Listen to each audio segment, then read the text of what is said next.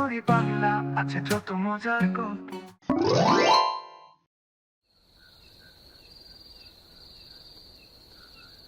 কি গো, আজ কিছু রোজগার হলো? না গো, রোদে কাজ করার সময় আজ হঠাৎ মাথা ঘুরে পড়ে গিয়েছিলাম, তাই কাঠ তেমন কাটতে পারিনি। এই নাও কিছু ভাতের চাল, এক বেলার আহার হবে। কাল আবার মেয়ে দুটোর কান্না শুনতে হবে, ওদের জন্য মাছ আর কিনতে পারলাম না। এভাবে তো আর চলে না। সৃষ্টিকর্তা কি আমাদের দিকে একটু মুখ তুলে চাইবেন না? তা সৃষ্টিকর্তাই ভালো জানেন।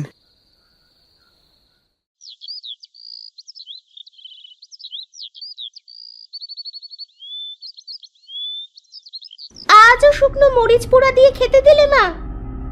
হ্যাঁ রে, তোর বাবার শরীরের অবস্থা তো জানিস। অসুস্থ শরীরে খুব বেশি কাট কাটতে পারে না মানুষটা। তোরা একটু কষ্ট করে এগুলো দিয়েই ভাত খেয়ে নে মা। টাকা হলে তোর বাবা দেখিস আজকে রাতেই মাছ নিয়ে বাড়ি আসবে। হ্যাঁ মা, আজ একটু কষ্ট করে খেয়ে নাও। আজ আমি কাঠ কেটে একটা বড় মাছ নিয়ে আসবো তোমাদের জন্য। প্রতিদিনই তোমরা আমাকে এক গল্প শোনাও। খাও তোমরা মরিচ পোড়া দিয়ে ভাত, আমি খাবো না। এই বোন শোন, যাস নে। হায় রে, মেয়েটা না খেয়েই বেরিয়ে গেল। বাবা মা, তোমরা খাও, আমি দেখছি বোন কোথায় গেল।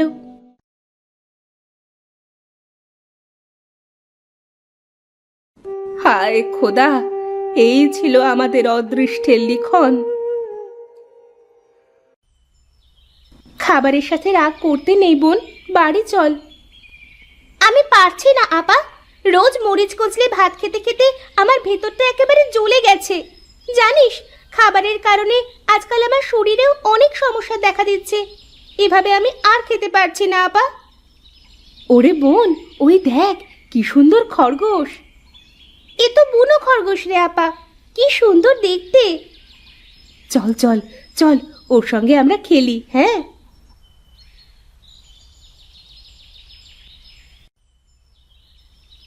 এই দাঁড়া দাঁড়া, ধর ধর বেটাকে ধর।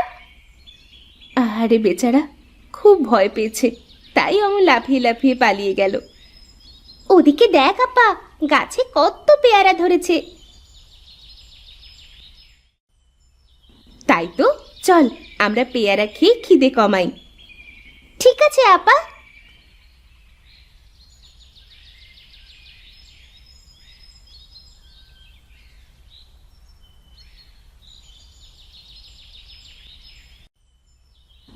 আহ, পেয়ারাগুলো কি মজার ছিল। হ্যাঁ, অনেক দিন পর তৃপ্তি নিয়ে খেলাম। আজ রোদের তেজটাও বড্ড বেশি রে। আয়, আমরা ওই গাছের ছায়ায় শুয়ে জিরিয়ে নিই, রোদ পড়লে চলে যাব।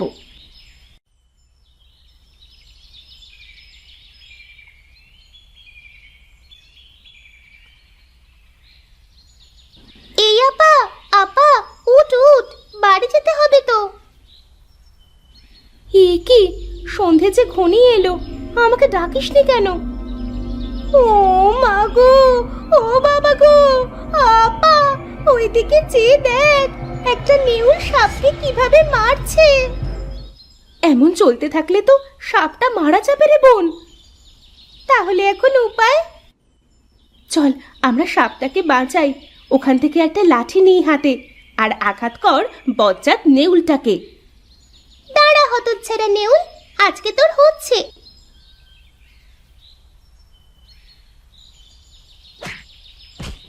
মার রে মার, আরো জোরে। হেইয়ো।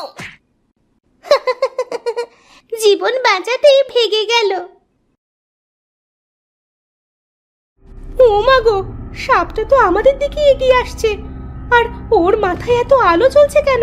চল চল আমরা পালাই। আমি হলাম অর্পা, আর ও তৃপ্তি। আমরা দুই বোন।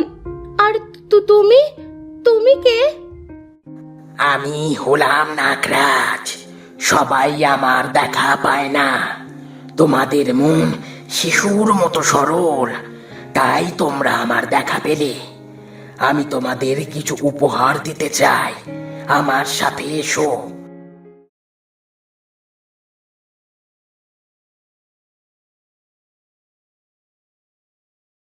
ভয় পেও না, এখানের গোল পাতাগুলো সরালেই পাবে অজস্র সোনার মোহর। তোমাদের যতটা প্রয়োজন নিতে পারো।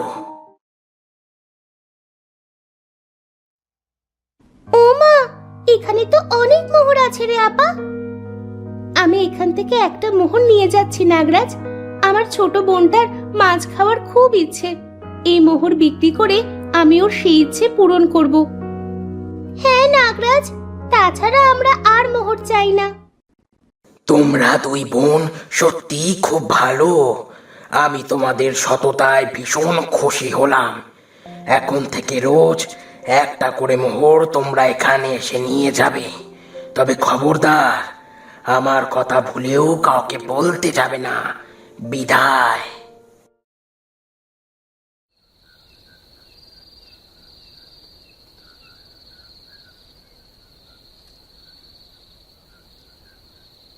মা, মাগো, কই গেলে?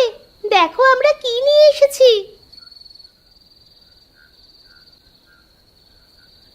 ও মা, এতগুলো মাছ কে দিল এসব তোদের?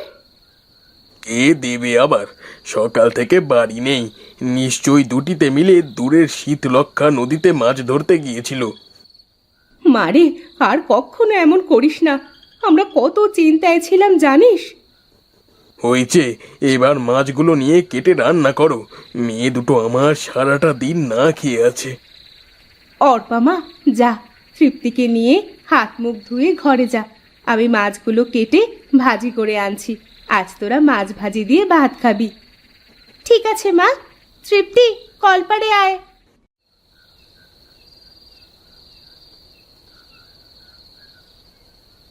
আপারে, আজ কতদিন পর এমন পেট পুড়ে খেয়েছি বলতো।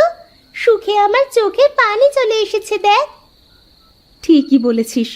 তবে মাছ কিনে যে টাকা বেঁচেছে তা দিয়ে আমাদের কালকে চাল, ডাল, তেল, মশলা সহ কিছু সবুজ শাকসবজি কিনে আনতে হবে। বাবা এত কষ্ট করে, এখন থেকে ওনার কষ্টটা একটু কম হবে, কি বল? হ্যাঁ রে আপা, তার বলতে। সোহেল ভাই, রুবেলের বাড়ি থেকে আজ ভাজা মাছের গন্ধ আসছে। ব্যাপারখানে কি? চুরি করতে করতে তোর মাথাটা একেবারে বিগড়ে গেছে রুবেল, তাই এমন উদ্ভট কথা বলছিস। নুন আনতে পান্তা ফুরায় লোকের বাড়িতে আবার মাছ ভাজা খাবে, হয়েছে তাহলে? কি জানি, মনের ভুলও হতে পারে। চলো, পা চালাও। আজ কাজলের বাড়ির দুধের গাভীটা চুরি করতে হবে।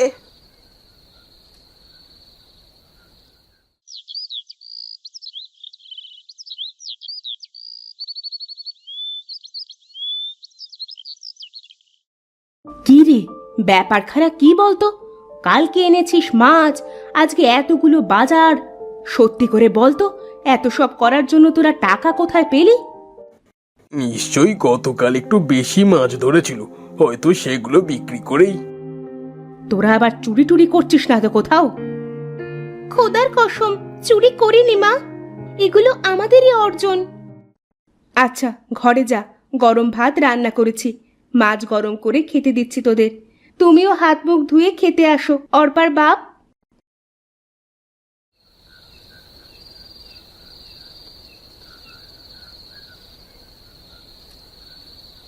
সোহেল ভাই শোনো, আজ আবারও ভাজা মাছের গন্ধ নাকে আসছে।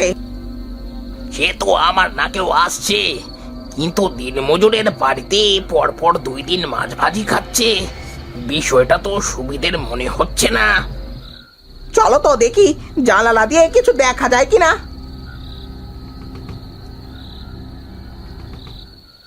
মা, ও মা, তোমার ছোট মেয়ে তো না খেয়ে ঘুমিয়ে যাচ্ছে। আর কতক্ষণ? এই তো মা, চলে এসেছি। তৃপ্তি, ওঠ মা, খেয়ে নে। ওরে বাবা রে, আজ তো মাছের ভাজি দিচ্ছে মেয়েদের বাসনে। নিশ্চয়ই এর পেছনে কোনো রহস্য আছে, আমাদের সেটা খুঁজে বের করতেই হবে। মা, কোথায় তুমি? আমরা গেলাম। সাবধানে যাস মা, আসার সময় মনে করে কয়টা পেয়ারা নিয়ে আসিস। তোর বাবার খুব পেয়ারা খেতে ইচ্ছে করছে। ঠিক আছে মা।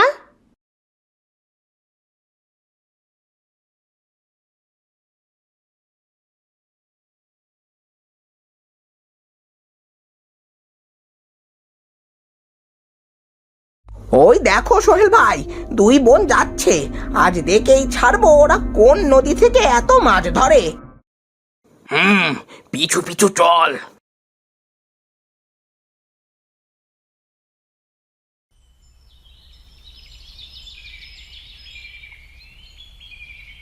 এ কি, এরা রাস্তা ছেড়ে জঙ্গলের দিকে যাচ্ছে কেন? কোথায় যাচ্ছে ওরা? আওয়াজ নিচু কর, কোথায় যাচ্ছে সেটা তো গেলেই বুঝতে পারবো। নাগরাজ, আপনি কেমন আছেন?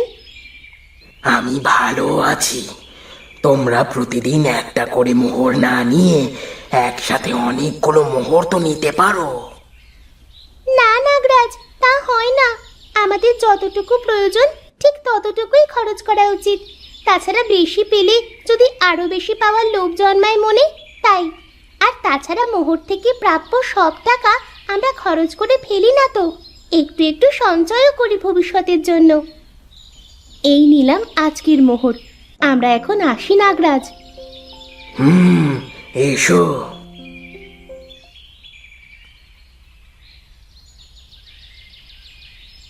ও, এই তাহলে আসল গল্প। ওরে রুবেল, আমাদের তো গুপ্তধন হাত ছানি দিয়ে ডাকছে। এখন শুরু হবে মহা ধামাকা। চুরি করবে? পাহারাদার যে একটা সাপ। আরে রাখ তোর সাপের গল্প, মেয়ে দুটো চলে গেছে, এক্ষুনি চল। সোহেল ভাই, যদি কামড় দিতে আসে?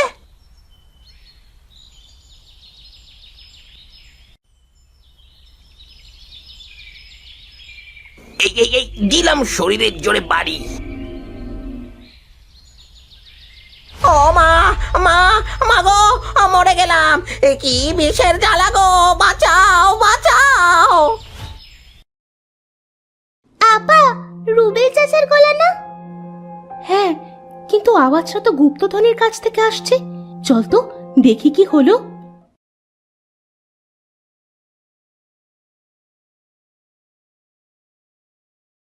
একি আপা, ওদের শরীর যে পুরো নীল হয়ে গেছে।